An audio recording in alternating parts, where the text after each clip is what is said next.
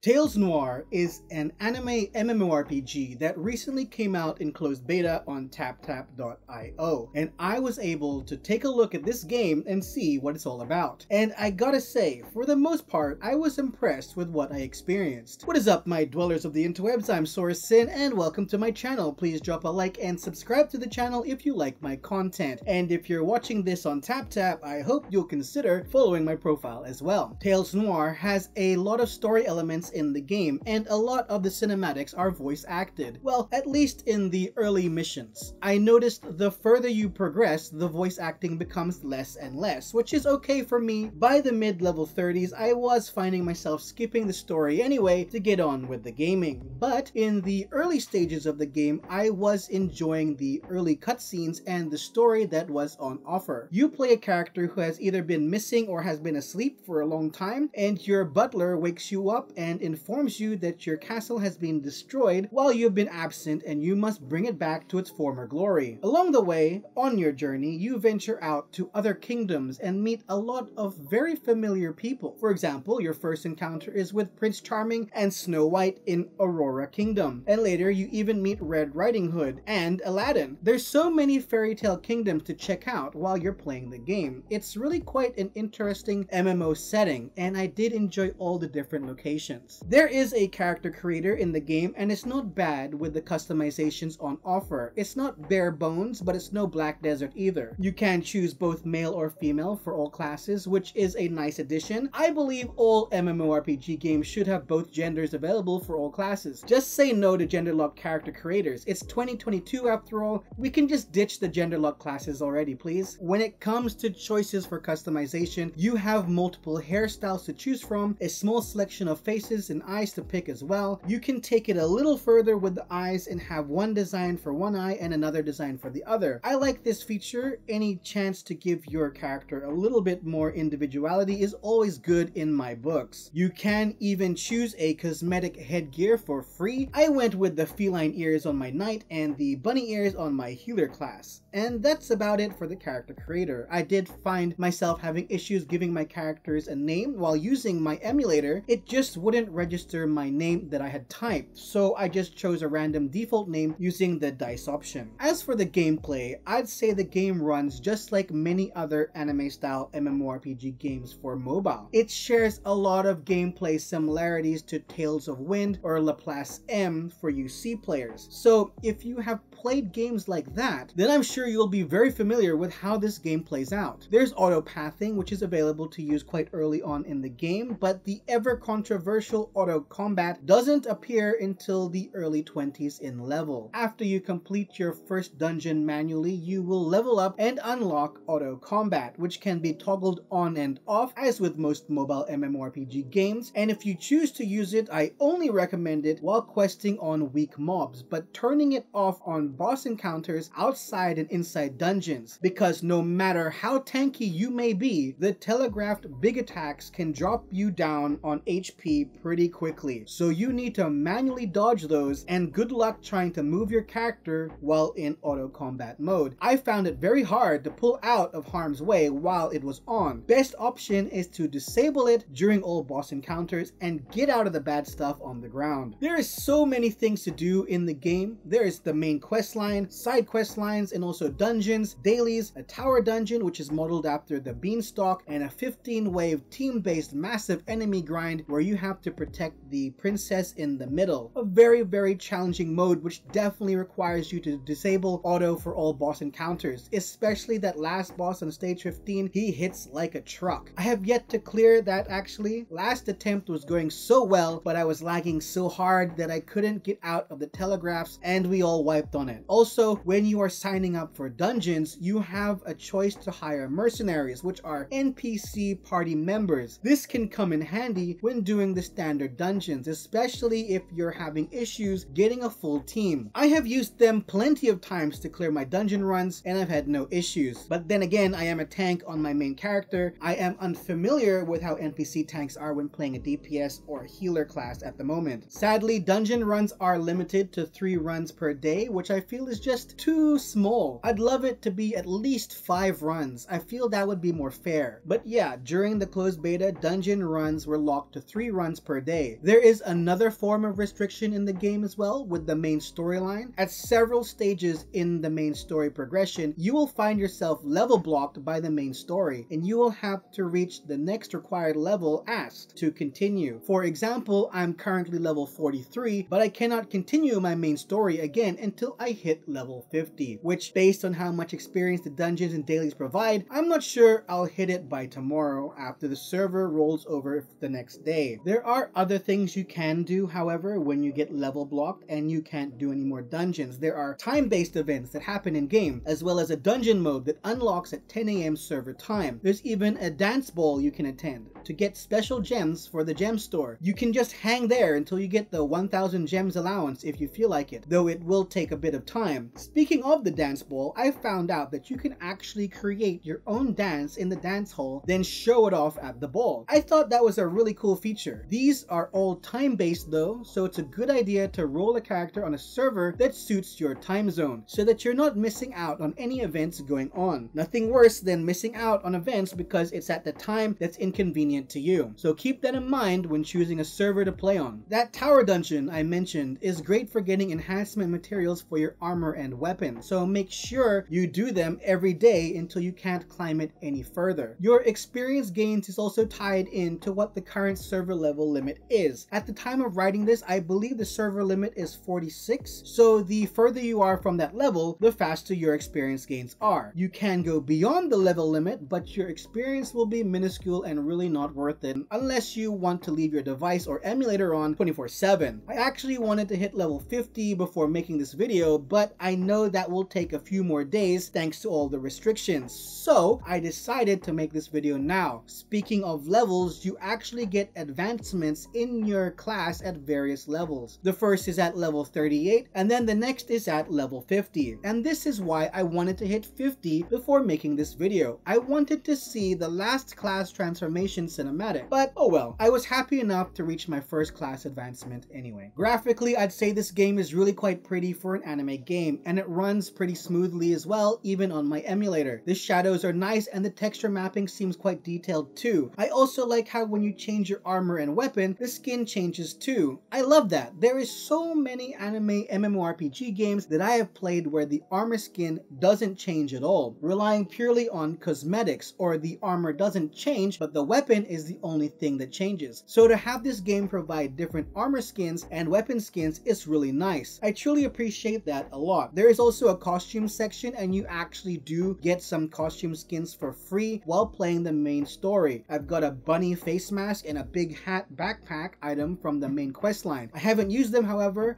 I'm loving the armor and weapon skins too much to cover them up. Overall, I'd say that Tales Noir is a great anime MMORPG with some minor issues like making your leveling progress slower by level blocking your main quest line, for example. But overall, I found myself having a super fun time in the game. I even made a healer class to play when I had completed everything I had completed on my main character, just so I could keep playing the game. From my experiences playing this game over the last few days, I gotta say this truly was a lot of fun, and I can't wait to play it on its full release. I'll definitely be playing this one for a while once it comes out. If you are interested in trying the closed beta, you can find it on taptap.io, and the link will be in my description. I don't know how long the beta will last, so jump in as quick as you can. So there you have it. That's my first impression on Tales Noir. Thank you for watching. I'm Sorasyn. Have a fantastic day. Feel free to follow me on all my socials. Links are all in the description and pinned comment below.